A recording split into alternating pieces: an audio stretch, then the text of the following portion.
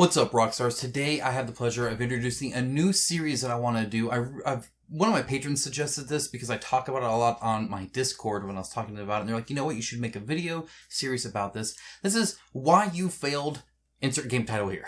And really what I'm going to be doing is doing some deep dive postmortems into some campaigns that are either canceled or failed to fund and kind of figure out why. And I think that'll help everybody, whether it's us backers, seeing, okay, what is it that we're actually looking at? What makes a campaign good? What makes me feel confident to give them money and all that kind of, what makes it seem like a good deal versus a bad deal, stuff like that. And then of course, for anybody actually creating Kickstarter campaigns, they can look at this and maybe learn something from it and hopefully not repeat past mistakes so that they can bring us the best product that they can through that. So that's kind of the goal here, and I guess we'll just go ahead and get started. This one is going to be about Bloodstone, but you already knew that because I don't do clickbait. Instead, it was right there in the title for you.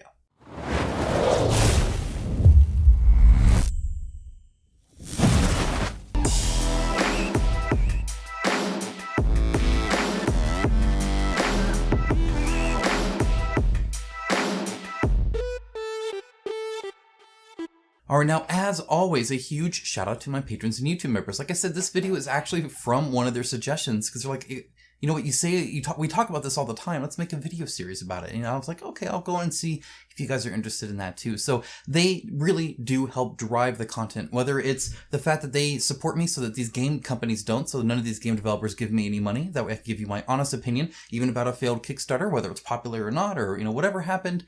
And that's because it's my opinion and not my wallet's opinion. If you appreciate that and would like to help support this independent channel and this kind of coverage on the industry, there is a link down below. You can go ahead and check that out. But again, I know that's not for everybody. If not for you, that's fine too. A like and a comment, both of those together do help out a lot. And of course, if you're not subscribed, go ahead and subscribe so you see my videos, whether it's a day one video, whether it's my Ragnarok unboxing that's coming up, whether it's the detail video I'll be doing about that, so you guys will know about the game and how that plays and all that kind of stuff. There's a lot more previews coming up here. It's going to get wild crazy, right? I mean, we got Sinkokushin coming, we got Ragnarok coming, we have Cyber Odyssey coming, we have a whole bunch of different stuff that I'll be covering. So if you aren't subscribed, do yourself a favor and do that, because YouTube, the AI system is crap, and if you don't do that bell, you may as well not even subscribe. Like, I don't know why or how they decide to show you stuff, but that's enough of that. I just really wanted to put that out there. Like, this is by the community, and this channel is for the community, and so I appreciate all of you guys out there. All right, let's go ahead and dive into Bloodstone here. Now, I have some notes. Actually, let me make sure I have those open. Okay, so I got my notes. I want to try to I wrote down some notes. I normally try to, again, talking about feedback, I normally try to just have the different tabs kind of remind me of what to do, but I get on tangents, and I really want to focus on certain things here. And so I have some notes that I've set aside here, just some bullet point lists. Definitely not scripted. You guys know how I roll here. Just so I can get the points to you guys so that I actually speak about what I'm trying to speak about. So I appreciate all the feedback you guys have been giving me through all of my videos. It's kind of hard to, I don't want to be scripted, right? I want to be me. I want to be raw. I want my uncut opinion to you guys. And at the same time, I need to stay a little organized too, right? So it's finding that in between that's kind of hard. Bloodstone. Now, this is an interesting first one because it funded almost double its goal, right? And that is, but then canceled. So I'm going to count it, right? For a why you failed. It's like, well, did they fail or did they not fail? I think they failed to reach expectation, right? And it's so hard. I was just watching a interview that they did with another YouTuber. I'll go and link down below. You can watch that if you're interested. It's about an hour long, so it's pretty detailed. And they're talking to James, and he was talking about that goal, right? And funding or canceling after doubling your goal, and whether or not there was a hidden goal beyond that, right? And then and of course he's shaking his head no and all that, and he's like, well, I can't convince people otherwise. And that's very true. I will talk about that. I might talk about it at the end because it's a talking point and it's a discussion that I would like to have with you guys. So I might do that at the end. But either way, I'm counting this one as canceled. We're going to go through, I'll just show you real quick the campaign page, just like as it ended, right? You can't go back and see day one very easily, but as it ended, We'll go and take a look at that, and then I'll talk about the points. So, at first we have this, which obviously was added at the end, right? So at first it was this, right? And they have 20 minute per player, 13 plus, 1 to 8 players, and they kind of have the game here, right? Exclusive campaign, back today, all this stuff. It'll never have a retail release. I don't suggest you ever say that, as you don't know 10 years from now what your company wants to do and what it doesn't want to do. If Bloodstone is next to Gloomhaven and you said it'll never have a retail release, you just screwed the pooch, didn't you? That's a weird term. Maybe I shouldn't say that. That sounds dirty. You shouldn't say never. You should just say, you should word it in a way towards like, hey, we have no current plans. I mean, I'm not working on the wording here. That's some marketing terrible person's job to market it to us. But essentially, you don't want to write your business into a corner. I think that's poor business running, actually. Unless you think that I don't know. I don't like it. I don't think you should make promises like that. Because then you have to have that awkward ask, like, well, can we later? Or, stuff like that. It's kind of weird. So list all the, components that you get. Typical Kickstarter stuff, right? This is kind of normal stuff. Actually, fairly nice stuff. All the renders are fairly good. The miniatures are a little washed out, but I think that's on purpose, though I think it hurts it later on. And then we have a scale thing. This was added afterwards. I think it was added day 2, I believe, where they actually talked about the scale, which is actually quite high, about 50 millimeters. So different add-ons. Now this game, and they don't really mention it here very well, this was unlocked after the fact as well, but there were no like stretch goals per se, and there were no like added on add-ons, optional buys, after the fact or anything like that. It's kind of all there. We got a cinematic trailer down here. We got some preview videos.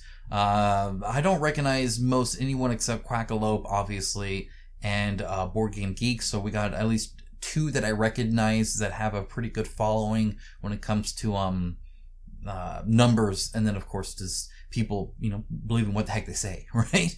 Which is really what you want from an influencer who influences, obviously. I've never heard of Tim. Sorry, Tim. Here's James. This is what I was talking about, and it looks like he had a conversation with Quackalope as well. Here's all these they added to this, right? This is like their daily reveal stuff here. Now we're like 2/3 of the way down. We have an introduction to the world where they have a deep dive into each of the characters, and then some of the challengers that you'll be facing, some of the enemies here. We'll be talking about this in a little bit detail later, and then some final monster reveal in March. Why is this only Kickstarter down here? Shipping, and then that's really it. Credits and promoted by Green Inbox, whatever the heck that is. Some marketing company that obviously didn't do good enough. Don't pay them any more money. All right. So so now that we're kind of refreshed here, I'm going to go ahead to Kick Track and just to show you kind of what happened here. So started out 200,000 day 1, right? A little bit over, right? And then it actually raised over at day 2. So it's still kind of going pretty good those first 2 days. And then it does kind of mellow out, and then it kind of raises at the end. However, I think, and it mellows out here, just like you would expect, right? And then eventually it would raise at the end probably as well. But I'm expecting that this flat line that they're guaranteed to have, especially without add-ons in between. Again, we'll talk about that a little bit. It wasn't up here, right? I mean, I don't know exactly where they were wanting it, but it wasn't around 200. And this is where I'll talk a little bit about this goal as well. Mainly because it's what do you mean by goal, right? And so we'll talk about that. For now, let's go ahead and talk about just the first thing, which is perceived value versus real value.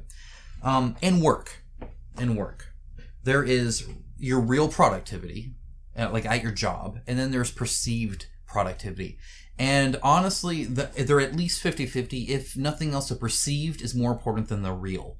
As crappy as that is, it's just kind of how things work. What I mean by that is if you bust your butt and do a lot of work, but you work on stuff that nobody sees and your manager doesn't know about, and then the manager's asked, hey, you need to let somebody go, who are you gonna let go? You might be productive, but if nobody knows you're productive, if nobody sees that you're productive, it doesn't really matter, right? You're gonna get hit in the can, right? That's not even a term. I don't know what I'm saying here. Okay, I'm really tired, so I do apologize about that. But I actually, I almost didn't do this video. I got really pumped once I put it all together. And I was like, I can actually help this industry out a little bit. I can maybe provide some value. So I'm really pumped right now, but still also really tired. It's a weird combination. I apologize for any kind of weird bucket terms I use. you're going to get fired, right? You're going to get laid off.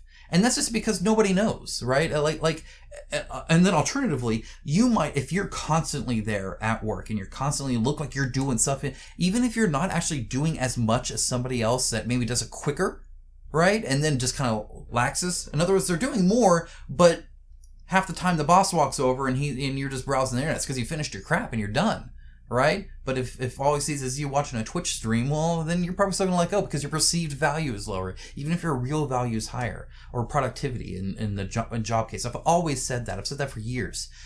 This is no different with Kickstarter. It doesn't necessarily matter how much value you provide. I mean, it does, right? And that's because you don't want your perception to be false, but you have to have that perceived value.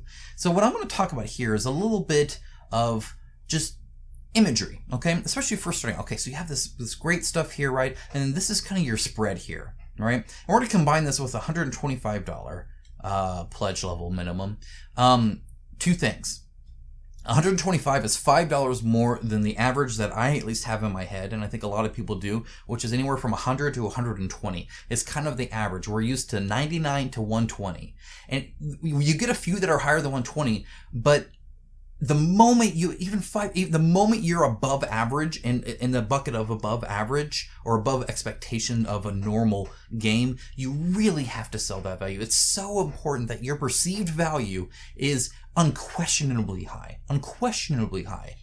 Additionally, Kickstarter is not a vacuum, right? So when it comes to making a game, you can make a great game and you could make a whole bunch of backers happy, but the issue is that it's kind of a one-to-many, right? So for instance, I'm just me and there are thousands of you guys watching me and like connecting with me this way, but I'm only one guy and I only see back that way, right? So if I'm the game, I can be the best game I can be, but you guys are on YouTube with a ton of different creators and a ton of different channels doing a ton of different things, and I'm just one of those guys, right? I'm just one of them. And so you see me as from a group, right? In other words, I might make great content, but if everybody else is making greater content, it doesn't matter how great my content is, it's less than the greater, right? It doesn't make it bad, it just makes it not as good, right? Oathsworn, I think, did this for a lot of people because it's sold at like almost at cost. Like they had to get a huge high backer count before they started really getting a profit. And that's because they wanted to establish themselves as, you know, a company and kind of give this awesome deal and all this. Like there's a lot involved there, but not every company is going to run that way. Not every company should. It's a little bit of a gamble, right? Something a new company can do, but an established company with a whole bunch of employees and an HR and everything else, like you can't just go gambling people's jobs like that, right? And so it's not exactly a fair comparison. However, that's there and it's an option. So now if my money bought me that, right, at $180, like I've got all of Oathsworn, well then if you're offering this and it seems like there's less and you're charging as much, it's now a worse deal for me, right? Even though your deal is great, it's just not as good, right? And that is the consumer aspect that I think a lot of creators, because they're busy developing and creating, and you know they're working on their baby, their game, or their campaign, and they don't realize the options available to us. So the first thing you need to do is look to see what the trends are. Look to see what's been available. Look to see what's been offered before. Look to see what other people are pledging money to right now. What are the pledge managers open? What are their current options right now? And what did they just get done with? And what's just coming up, right? You gotta look all around there and then look at price point and content and all that kind of stuff to really find it. So when you put it at $125 and this is the image you show for $125, that's rough. In comparison, here is Bloodborne, right? And they show kind of a similar thing here, though, as you can see, it's $25 less, right, for the Blood Moon. And in fact, if you got an early bird, it's actually $35 less. And it looks pretty comparable, right? Let's look at Tenaris. Here's Tenaris's. Tenaris does even better. First of all, it was $99, right? So again, we're going $26 less. So for $26 less, you get this, which looks fairly equivalent to this, right? They don't look like, just me as a consumer, they look fairly comparable, if nothing else. Let me go back to Tenaris here. It looks like there might be a little bit more here, and a lot of that is because they're not actually showing all of the miniatures here, right? There's 10 copies of, like this little bee guy has a whole bunch of other little bees, like 8 of them, I think, but they're not even showing that, right? And so there's a lot of even hidden stuff here, and then the stacks are, these stacks versus spread out like this, right? It's a perceived value here, right? Combined with a higher price point. So that's already something that instantly people are going to be seeing. Another thing that they're missing here, right? They go, hey, back today, and then they go to a quote from Alex, and then, kind of talking about the game here, is this right here. This is huge. So it's already showing a BGG rating. Obviously, they can't do that because it's not out yet. Here, they were able to do that on Arena. But it's this packed. They have the PvP. They have the co-op. They have the different amounts for each one, setup time and stuff like that. All of this here. That is these 3 points right here. 3 points compared to, again, a perceived value. All of this. Look, you get a campaign content of 100 plus hours. How long is the campaign here? I don't know. But they're not blaring 100 plus hours like this one is. And then, of course, it has, look at these game modes. Capture the Orb, one versus all, solo, tournament, epic campaign, one-shot adventure, nightmare, realistic, and a team competition. I have all of these different, you look at this and you're just like, wow, there's so much value here compared, again, to something like this where it's like, you know what, that seems to be not as much. Another point that I'd like to make specifically for Bloodstone, I believe I might have been the first channel to really start talking about it because I've talked about it years before. I think I first mentioned it in 2018, I believe. And literally it was the early 2018, here's the stuff coming out. They had 3 images. It was the Bloodstone here. They had this guy, and then I think they had the main lady here as well. Maybe. I forget. It wasn't a whole lot. It was on Facebook, they had a page, and then it was nothing. And I mentioned it again on 2019. I'm like, hey, I guess they're still coming out. With those delays, stuff like Tenaris Adventures has now launched, right? Stuff like Wild Ascent is now delivering. Or it was close to delivery, it had already gone. And these are your kind of direct competitors, right? It's this arena combat with a campaign at the end of it, right? That's exactly what Arena is. That's exactly what Tenaris is. That's exactly what Wild Ascent is. And there were more too. I'm not going to go and beat a dead horse, but consumers have now had options since your initial announcement of the exact same genre, exact same kind of game. They don't play the same, obviously, and so they're way different. Kind of like how, not all skirmish games play the same, or dungeon crawlers, or anything there's variety. There's dungeon crawlers that use only cards, some that use a combo system, some that use dice, whatever. Either way, people had just gotten done with this Tenaris thing, and a ton of people did. What was it? 7,800, right? So a lot of your people who are interested in a game like this just got this for $99, right?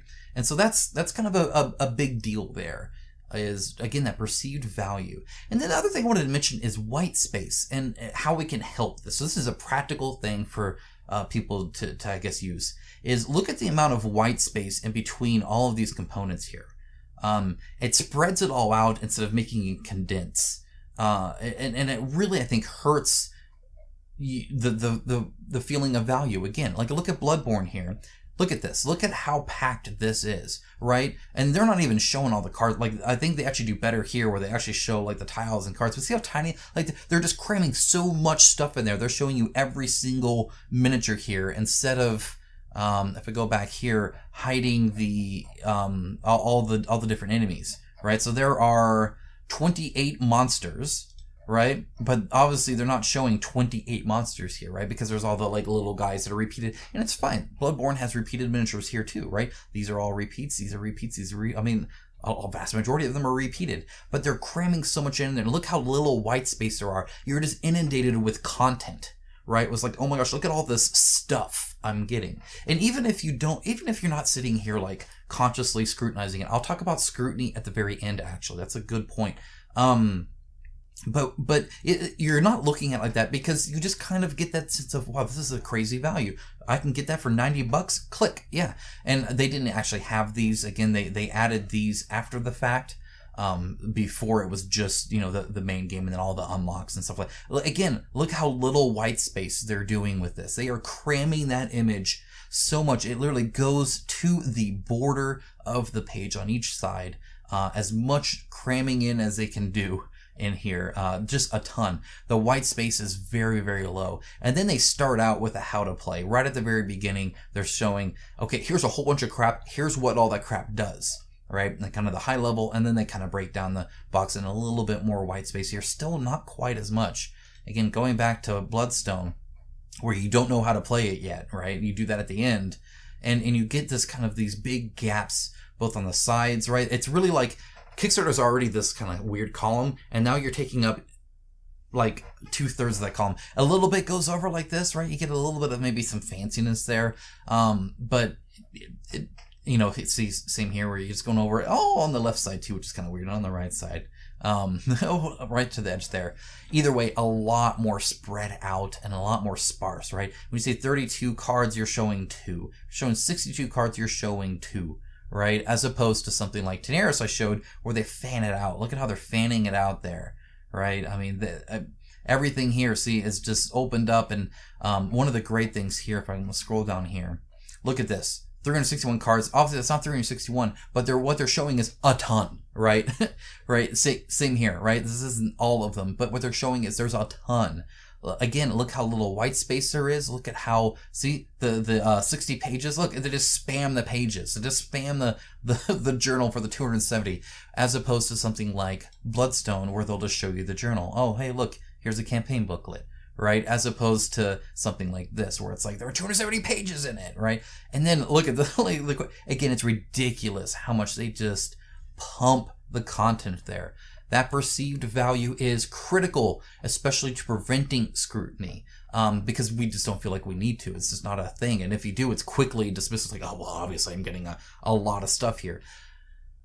Your game may be replayable a bajillion times, but you gotta really sell that, and it might not be with the component count. There might be something else you do. Like I said, actually, I just showed it. The 60 different campaigns or something like that, right? Like spam it out, right? So if you have that many missions, just show a whole bunch of missions, right? If each of these represented a mission or whatever, be like, these are all the missions you're gonna do, and then list it just like this. Right? There's no real it just kind of gets you excited about everything, obviously, but, or, how many ways of playing are there, or, whatever, right? Whatever it might be. Maybe you only have so many components, but there's all of these different ways to play with them, right? Then show that. If you have the value, show it. And, I think that's key. That perceived value just was not here. Not with this. You're not showing all of the components. It's all spread out, and you're already charging more than the average, more than the deals we've already gotten in the past. And so with that, I think that's really the key at the very beginning. You have to prove, if you're more expensive, why that is.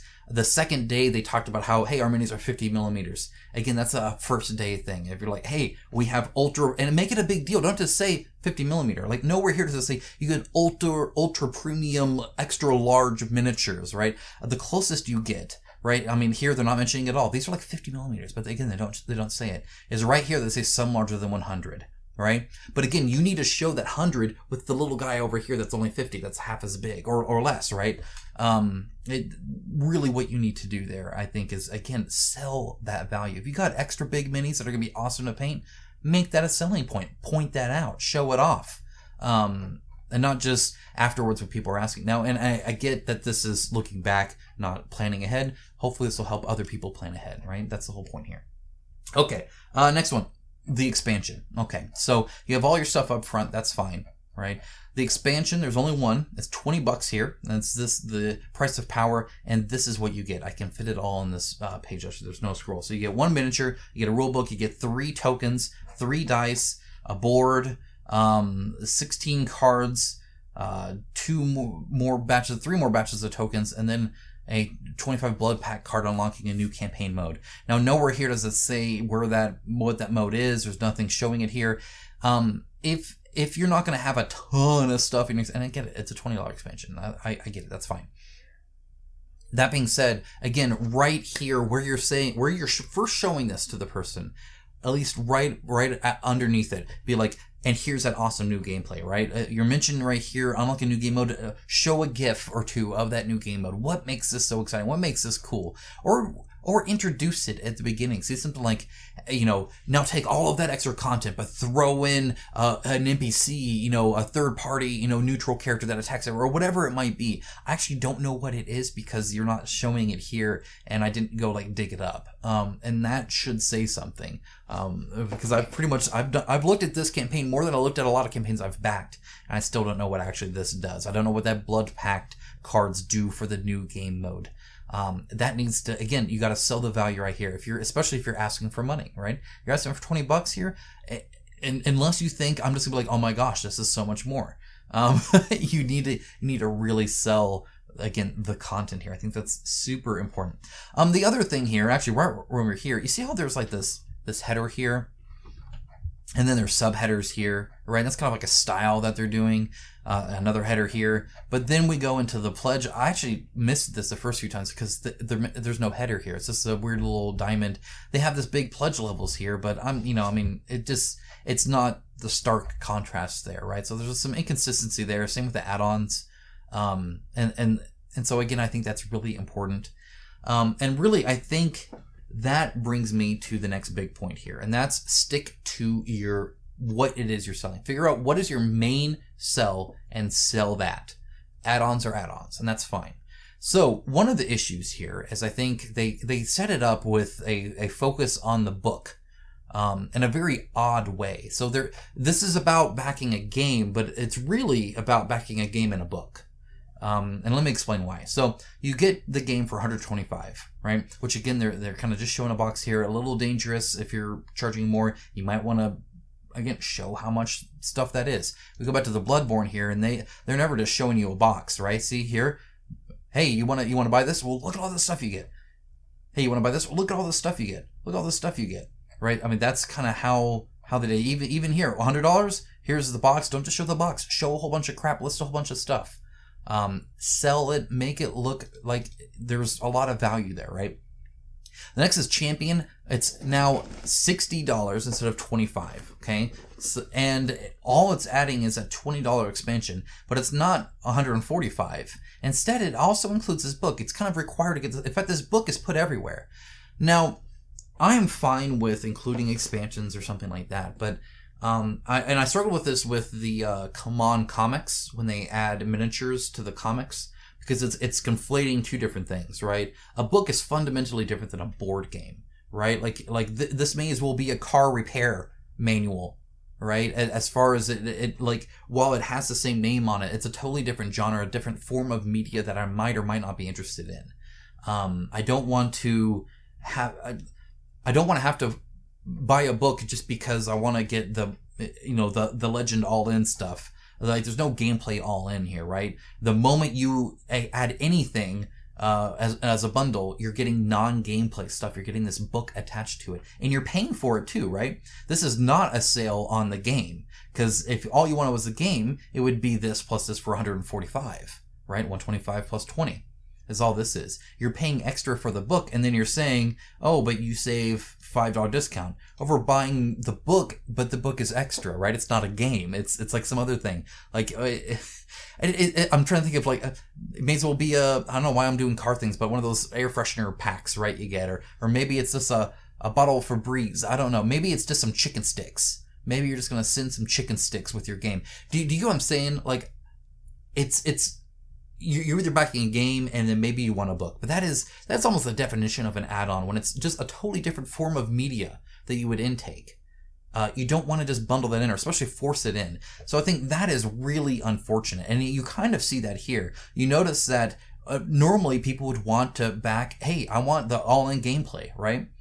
But instead you'll see, well, most people just got everything, which is fine. The Champion is at the least amount, right? Most people didn't, because there was no just game plus expansion. It was game, which is now, not quite double, but fairly close to double the amount of backers as the people who chose just to get also the expansion in that.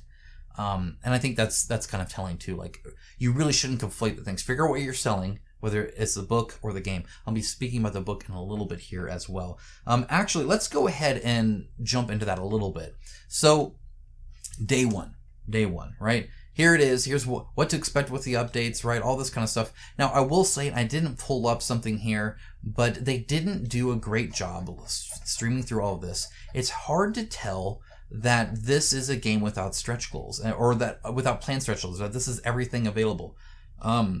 When you look at a lot of games, I didn't pull it up, but like Claustrophobia or something like that, that's like, here's everything. This is what we have. There are no unlocks. Madara did the same thing, right? And so they did daily unlocks, but they clearly explained, we're not doing stretch goals. You're going to get an unlock every single day. We're going to show you this. And it was on the main page here, right? It was, we're not doing add-ons. We're not doing any of that kind of stuff.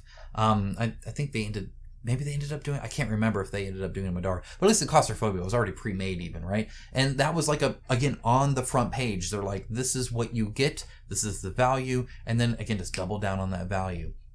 It's kind of like, are the stretch goals here? I don't know. It's not easily seen here. But in the first update, at least after they funded, they did actually say, hey, here's what to expect here afterwards.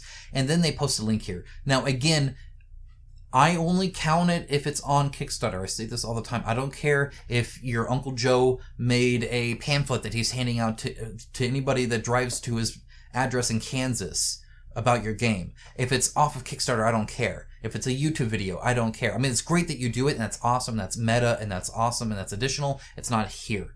Here is what counts. Here's where I'm putting my money in. Here's where the little back button is, that I click the back button. It has to be on the campaign page. Again, you can put it extra, and that's awesome, but that's extra in addition to the campaign page, not in replace of. You can't have a bare campaign and then put everything else somewhere else, because I even showed it with Stellaris, right? When they have 12,000 backers, only 2,000 people watched the first live stream. It's because not everybody's clicking that. You're getting such a small percentage of your people, right? And especially when it's like the first thing they see, that's where it needs to be, right? It can't be elsewhere. That's not how you prove it. That's how you prove it to a minority of people who are already all in and invested or really searching for it. And that's not this. So they improve this later on, okay? But either way, they point it here. Oh, and then they also show, I wanted to show that too, yeah. So they're talking about the Hollow Champion, but it doesn't really tell you anything about it yet. So again, it's saying, hey, we'll talk more about the specific content expansion during a future update. Again, you're asking for it now. When you look at the momentum lost here, that's where that momentum lost is. It doesn't matter if you tell us about something here, it's already dead. It's already gone. I'll talk about that about scrutiny a little bit, but again, you have to start out right up front with the content. You can't say, here, back us now, we'll tell you why it's a good value later. You can't do that. This is exactly what this is saying. This is saying, hey, we'll tell you why it's a good value later. For now, just add the $20. Does not work unless you apparently have an IP, and I'm not going to get into the Stellaris thing. On this, though, seriously, like, that is super important. Right up front, tell me what the value is, I'll back it. If not, I might not ever come back. The moment I bounce off you, I don't know if Kickstarter shows you a bounce rate. A bounce rate is essentially where somebody lands on a page and then leaves, right? Or at least the amount of visits of unique people versus how many people are actually backing, right? Each one of those is not necessarily likely to come back. I know I'm very much like this. On day one, I will look at your campaign. This is just, I look at so many campaigns. We all do, right? I mean, I'm right there with you guys. We're looking at campaigns. We're seeing what's there. And I'm looking day one. And if I don't see the value, I'm gone. I don't click the remind me later. Maybe they'll explain it later. I only have a limited amount of money, and I spend it all the time without having to come back and see if I can spend it on you. You have one chance to sell this to me, and it's when I first visit it day one, or whenever I first learn about it, which is hopefully day one. You want that day one. You want that pre-campaign, hype to kind of build up. And then again, that steamroll to keep going so that you don't have this, right? That's the whole point. So yeah, don't say that it's, did I go back? I don't know what I did. Don't say that it's coming later. Okay. Don't do that. Additionally, they showed, I don't know where that update went, because now it's update number 1. I got rid of it. Whatever. That's fine. My point is, then they also showed an alternate map, which is pretty cool, right? And this was kind of a botched kind of start a little bit, because at first it's like, this looks really cool, but then you do notice, and somebody actually even called this out, the repeated stuff. So like you see this bone pile that makes an F, well, you'll see it here as well, and you'll also see it down here, or this kind of skull plus the 2 bones here, right? You'll see it there, and you'll see it here, and you'll see it here, and you'll see it here, right? You'll see it here. You see it here. It's obviously digital art that they just kind of copy pasted, and they said, hey, it's not final, we'll keep working on it. But they didn't introduce it as not final, we'll keep working on it. They only said it after they were asked about the repeated digital kind of copy paste, orientate different. And honestly, it happens a lot in games, and that's fine. But it is kind of an odd start to it, right? To the whole, hey, look at this, and oh, well, it's not finalized. We'll not copy paste later. It's like, well, I mean, it just, I don't know. In my opinion, own it or don't, but or say, oh, hey, that's great feedback, we'll improve it or something like that. But either way, it's kind of an odd kind of start to that, right? And again, this is not on here. In fact, you don't see this on here either way. This is hidden in an update on the first update after funding, not before. In other words, when people were first looking at this to see if they wanted value or not, they didn't see that value. That value was gone. If the value at the end is different than the value at the beginning, if the value at the beginning wasn't enough, you won't get much at the end. The value at the beginning needs to be already a good deal, and then it just becomes an, oh my gosh, this is a no-brainer, yes, back it and tell my buddies about it too at the end, right? You can't just get to the, yeah, it's a good deal at the end, or you won't get there, right? Because everybody will be like, that's not a good deal right now, why would I put money there? Okay, so that's that. Let's talk about update number 2. So now you get to update number, actually this is update number, I'm all over the place, aren't I? Here's update number 2. Okay, update number 2 improved a little bit in that they put a snippet in here and then linked to it, which again, on Kickstarter counts.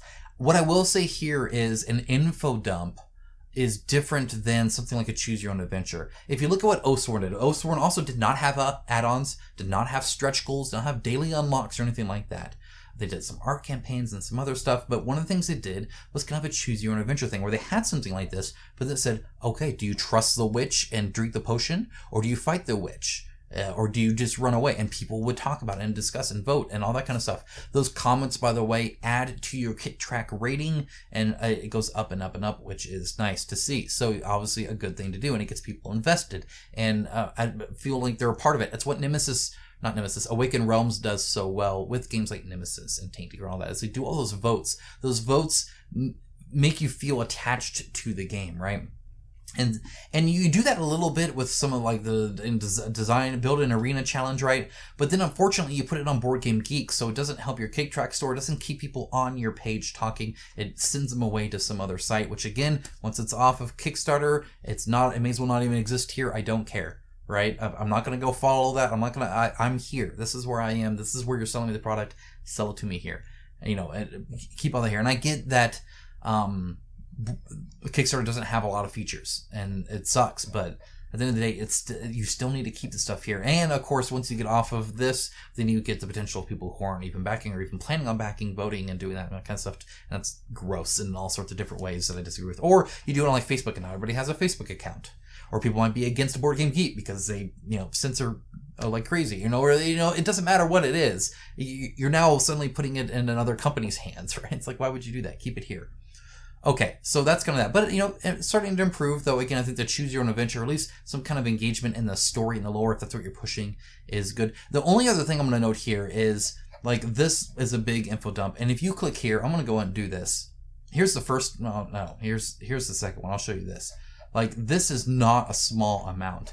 This, again, is such a focus on the book. I'm still scrolling. This is insane. This is just number 2 out of 1. And again, this is a game here, and we have Hello Champions. Yesterday's reveal, we met this person in this story. Here's this person's story. The first half of this isn't about the game at all. It's about the book, the add-on book that you're like adding to everybody's pledge if they go above champion. That you're kind of forcing people. So, are you selling me a book or are you selling me a game? I don't know what the focus is here, but it's split, right? And again, this might not be something that's necessarily perceived, but it is something that I think people notice underneath, right? And that this $20 book is really the focus, where every update, it starts with nothing but book. Book. Hey, we're finally to the game. Right? And that's kind of rough, and that's what the first one was like too. Let's go take a look at the third one here. So here we have an unlock here. This was kind of odd. So they unlocked this anyway, and I feel like to push this, they made the game look worse. What I mean by this is obviously not an ink wash. This is just a digital contrast and Lightroom, probably is what they did. I would have done in Lightroom. I guess you could do it in other forms as well. Actually, it's a 3D render, so they might have been able to do it like within Blender or something like that, or wherever they're actually doing it. You can normally change the lighting. Either way, I mean, they just added some contrast there, right? But if we go look at like the top page, and you see how kind of plain and washed, like you see how washed out he looks, and I feel like it's just not necessarily the most flattering images. Like I can't even tell the face there because everything's so light and non-contrasted. And again, I think they're trying to push that, you know, hey, we're gonna get an ink wash, but I think it hurt again that initial value. Additionally, as a painter, I would have not wanted ink wash to fill in the gaps, because then that means I can't paint it as well, because you've already filled in the gaps with the ink wash. Then I'm going to prime it and fill in the gaps a little bit more, and by that point stuff like this little bit is just gone, right? So it's much harder to, I'd have to paint right on the ink wash, which might work, might not, I don't know. Of course, that's only assuming I wanted a black ink wash on everything. It really kills any kind of painting, which is a big part of miniatures. D&D is one, right? You always got to keep D&D in mind if you're doing anything fantasy related. But then painters are another one. It's another subset of people that will back up just based off that, or more so if that, or not back otherwise. I actively, whenever like awake around stuff with that, are like, hey, you know, we can add this wash. I'm like, no, I don't want the wash, because I want to be able to paint them. And that pretty much makes it to where I will never paint them, which means I will get less value out of that game than I would have otherwise, because I can't play it and paint it. I can now just play it, right? So anyway, there's that. However, this was at least the first update where they start on the game. So it took 3 updates, which I think is every day. So 3 days before they started an update on the game and really dove into the game. And we're seeing stuff here that, again, would have been great to see 3 days ago, right? And we go back to this, and we already see day 3, they're just now kind of doing these deep dive game stuff. And I think the focus on the book and the lore right up front, I think, really hurt. It really did. And now we get this lore dump, right? Which is fine. Dump it there, I guess. And then talks about, you know, what's coming up, and all that's great. The links down below are great. All that stuff's really cool. I mean, it's nice. It's just, I don't know. Okay. So lore dumps, not as good as Choose Your Own Adventure. Oh, they mentioned a mod coming out. I think it may have been update number 1 in the future. The ability to play it digitally in the future does not help day 1. Again, I talk about that kind of ramp up here and what you want. And actually, I'm going to talk about that in just a bit. I want to talk a little bit about this first. It's now day, gosh, what is this? Day 7, right? Okay, so we are now 1, 2, 3, 4, 5, 6. We're now here on the downward slump, right? And it's now peaked, and it's actually going down now. If we go look at the daily data here, we can see it's actually dropping. And in fact, 1, 2, 3, 4, 5, 6, 7.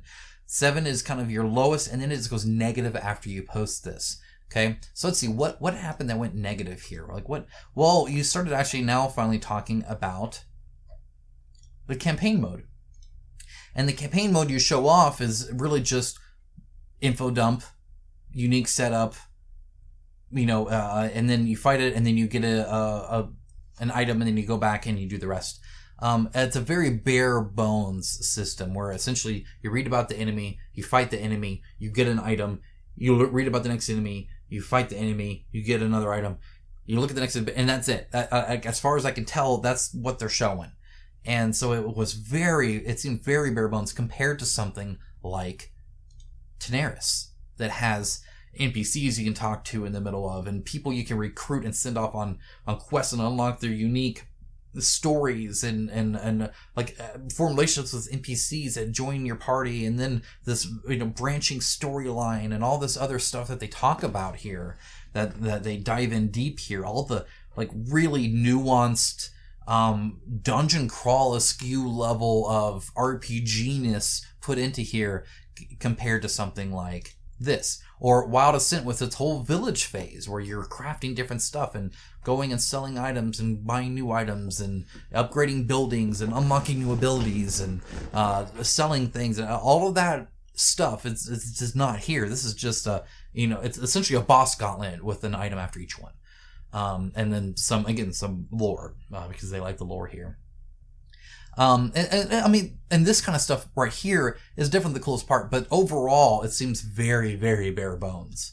And so, again, you're a week into the campaign now, and you finally give a preview, and it looks like it's just kind of a boss gauntlet. I think that's one mode in Oathsworn. It's a boss gauntlet. There's a lot more available there. And so that seemed a little light too, and that might be a misconception. I don't know. It's just, this is what they showed a week into it. I remember actually seeing this, and this is when I didn't look again afterwards. This is now my time looking at it again, because yeah, this seems really, really light, right, to see that. And then you go back to like the enemies you're fighting, and it's really just kind of that boss gauntlet. It's not really a dungeon crawl or anything like that, right? If we look at the enemies here, if we scroll down, maybe I scrolled too far. Maybe I didn't. Let's see. Yeah, right here. Okay, so you have this one guy here, and this is him, right? Just that miniature. And then this guy. It's just this guy and an idol, and that's it, right? So you're just fighting these two things. Or the hive here, you have this plus 8 of these little guys, which again, you never actually see all 8. Even here, you're only seeing 2 of them, right? But okay, so some minions plus a boss, kind of like adds, maybe like the brood mother in Oathsworn, right? With all of her little rats. And then you have the twins with 2 different minis here. And then you have the Phoenix, who's just, again, alone, so you're just fighting the Phoenix. Like kind of a boss battler thing here, right? Here you have this guy, and then here, again, you have 10 Risen miniatures, but you're only showing 2. So, again, another kind of adds guy. And then one you're not even going to show, which, again, you gotta prove that you're worth it. I think that's the hugest thing here. Okay, so campaign mode seemed light as well. Let's talk about backer confidence. When you talk about the mod coming later, right, you prevent a lot of that word of mouth. Now, what I mean by that is a lot of the funding that comes from a game really comes from people talking, whether it's an influencer like me who's actually, talking to people, or whether it's other backers being like, oh my gosh, I did this, or I remember I was the instigator, right? This is even before I started my channel. I'd be on my lunch break at my job, and I'd be viewing Kickstarter, and I knew a guy who did D&D. I've told you guys about him a lot. He would buy 2 copies of a game if he was interested in the game. One for D&D, where he'd throw out all the game stuff and just literally throw it out. It's why I have 2 Descent boxes here. So like he would just be like, I don't need this game at all. It's just for the minis, and I have a separate one for the actual game if that's what I wanted. Or he'd buy just for the minis and just throw it out anyway. There was another guy that was a lot into tabletop stuff, but would also be into board games. And so and then there was another chick that was also kind of, we got her into it too. And so it was this thing where it's like, I would see something and I would send the link out, and I would go into their cube and I'd talk to them about it. And suddenly you had 4 backers instead of 1 because I said something to someone. That is so huge to do. And a great way to do that is to have something like a playable mod online that you can play. And so somebody plays it, like, oh my gosh, this is so great. Now suddenly that 1 backer is now 4. And you got that through that. And so that word of mouth is also huge. It really is. If you don't have that, or if you lack showing really well what it is you're doing, you start to get people that scrutinize.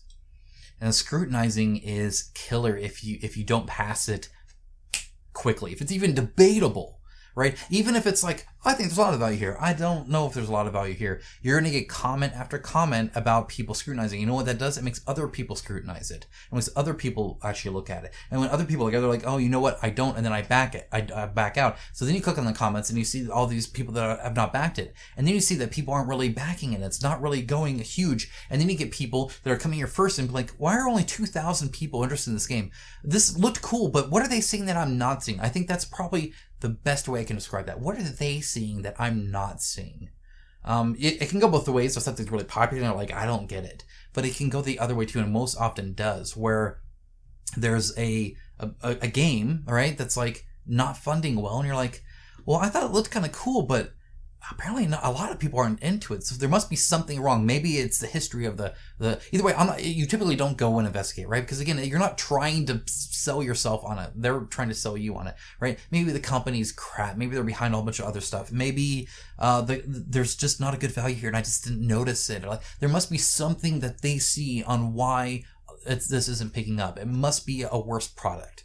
Because if it's a good product, it just sells, right? A good product sell. Whether or not we believe that or not, I think subconsciously we always feel that way. Additionally, there are people that there's a big confidence level too, right? And the confidence level is like, okay, I want to make sure that you as a company are going to do great financially, that you as a company are going to be able to go ultra premium on this, that you as a company are going to ship this super well packaged and have extras in case I do have an issue, so that you can send me that. You're not going to do some minimum order and try to cut costs there and stuff like that, so you can't have replacements available. I want to feel confident as a backer, and I certainly don't want you to be like, oh, well, we didn't actually make enough, and so we're going to rob Paul to pay Peter. Or rob Peter to play Paul, whatever. Somebody's getting robbed, right? In other words, you're going to launch another campaign so you can fulfill this one because it's like garbage now and you didn't make any money on it. All of this stuff, whether it's the scrutiny, whether it's the perceived value, whether it's the backer count going up or down, whether it's the showing a whole bunch of canceled pledges in there, whether it's just seeing people discuss whether or not it's even worth it, all of that kind of, I think, culminates into that value proposition that we're getting as backers. And it's just kind of the world we live in. I mean, again, this is not in a vacuum. It's not enough to be a great game. It has to be a great game that looks worth it compared to all the other great games we see on a monthly basis. I mean, one of the great things about this industry is just how well it's doing, especially in the current environment that we've kind of been in. But I just said this resurgence of popularity anyway, and not only of popularity, but of quality. With all this money, especially the Kickstarter money, we have had almost a revolution of games. Now, I'm kind of the new school here, right? I haven't been around since the 80s playing Hero Quest or something like that. So, but I've seen retail games versus these like premium Kickstarter games. And the component quality and the miniatures and the art and everything is so freaking good. I mean, the production levels are just through the roof. It's like, not only can I get a great game, but I can get a great game that's produced well as well and do a double dip there, double whammy, right? And that's I mean, there's so many good things coming out. So when something like Bloodstone's delayed, and it's delayed after something like Tenaris and after Wildest and after all these other games in these genres that are giving us resin miniatures or already a proven system and a bajillion people. Another thing I wanted to point out was actually how many. This was the first thing I noticed. So you're doing a PvP based game and you have 8 people that I can match against. That's not enough, right? I talked about Super Fantasy Brawl, right? Where especially where when each fighter plays the exact same way, right? Like Twisted Fables, you deck build, right? So you can, I can make her a glass cannon DPS, or I can make her a tank, or I can make her be in this alternate mode, or I can, you can do all these different things. Especially if they just kind of play the same way, it's like I need a whole bunch of them to change that. That's what Tenaris does, actually. So Tenaris has a ton of different people that you can pick and fight against, because that's where a lot of the value is, because they do kind of play the same, right? This person will play like that person every single time, but that's why you have 30 plus, different, people that you can fight with, as opposed to 8, right? And so I think that's, it just, between the delays and between the copious amounts of stuff I think I've shown about how it's either focused wrongly or it's just not presented well, for the price especially, and it just kind of failed to gain that traction, which is unfortunate because I think it looks kind of cool. I think it looks like it plays fun too, but again, it's not enough to play fun. When I think Bloodborne plays fun, I think Tenaris plays fun, I think all these other stuff that I'm doing play fun, that I'm putting hundreds of dollars to. So why should I then not do that and do yours instead? If both play fun, what do you have that it doesn't have? Or what do you do better than it does? Or what makes it worth having both? And if you present it in the way you did, I don't think you sell that. So anyway, that's kind of my thing. That's what I think happened here. I would love to hear what you thought of here, especially when it comes to preventing people from looking. And that sounds bad, but what I mean is I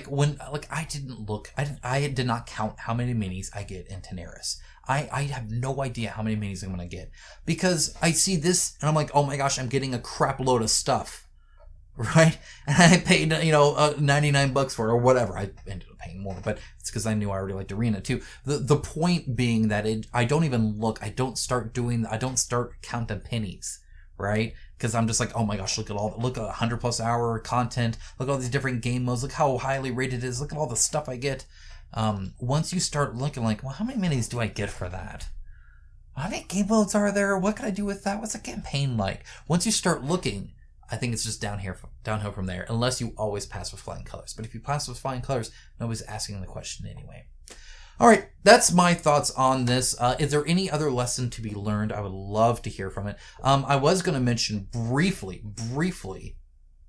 I know I was just about to end the video, on that goal. I remember I mentioned that. It wasn't part of my notes. It was something I just made up. Again, I'm unscripted. Sorry about that.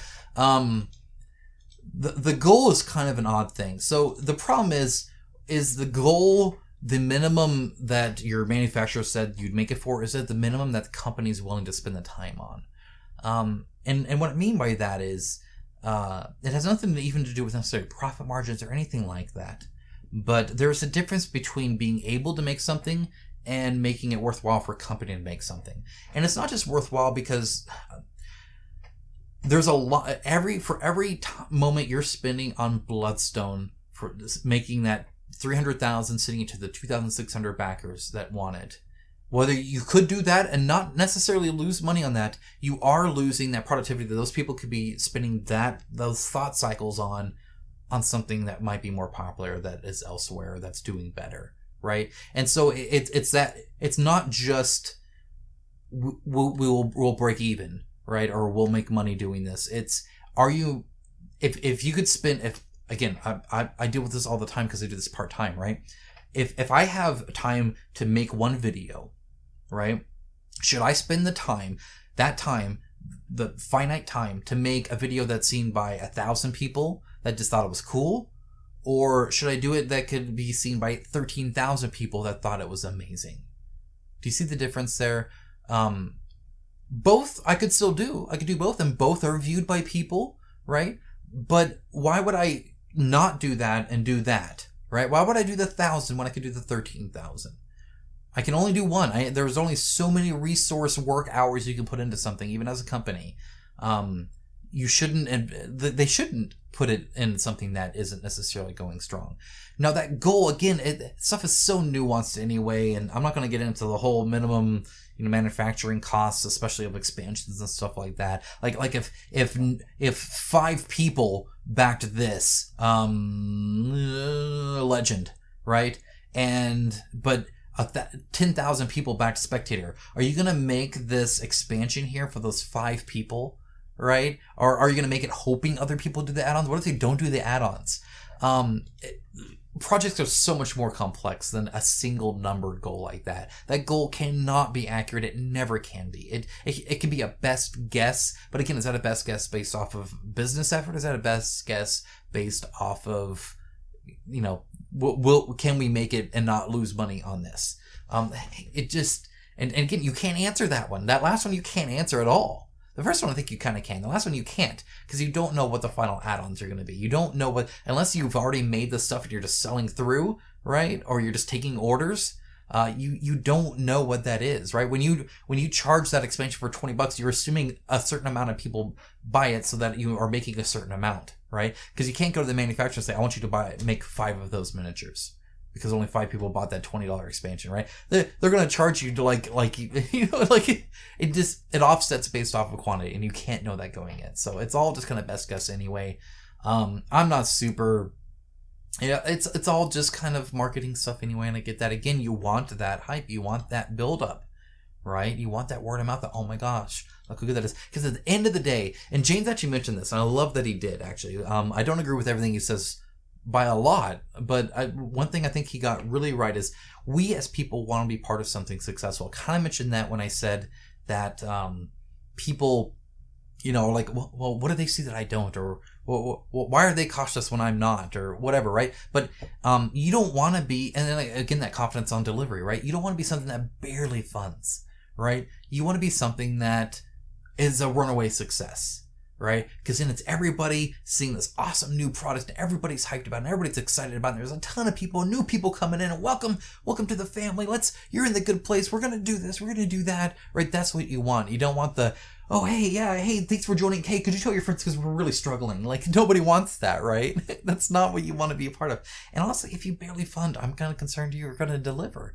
I want you to make a ton of money so that you deliver me a great product. I want you to barely squeak by. That's not what I want. I'm not expecting much if you're barely squeaking by. That lowers my confidence, right? And so obviously there's that at play too. You don't want, even if it's like, hey, 300,000, right? I don't want it to be at 294 and still be like, I don't know. I want that runaway success.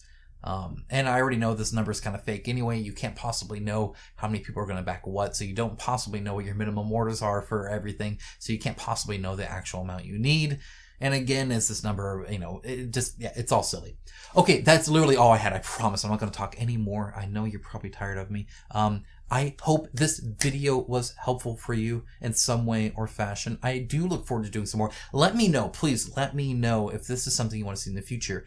Maybe the next big canceled game I'll cover, and we can kind of take a look at it and see what the issue is. I talk about this a lot as the campaign's going, but I can't spend this amount of time really pinpointing white space issues and stuff like that. So if you appreciate that, again, do like the video and comment letting me know. That's how I know. Otherwise, I don't know. Okay, so you guys gotta do your part now and actually tell me so that I know what to do. Because I don't have to do this. I could have talked about some Kickstarter stuff. Which, speaking of which, the next Kickstarter news video, it's gonna be huge. It's gonna be a big one. So I hope you're looking forward to that. All right, guys, take care. Thanks so much. I'll talk to you guys again real soon. Bye.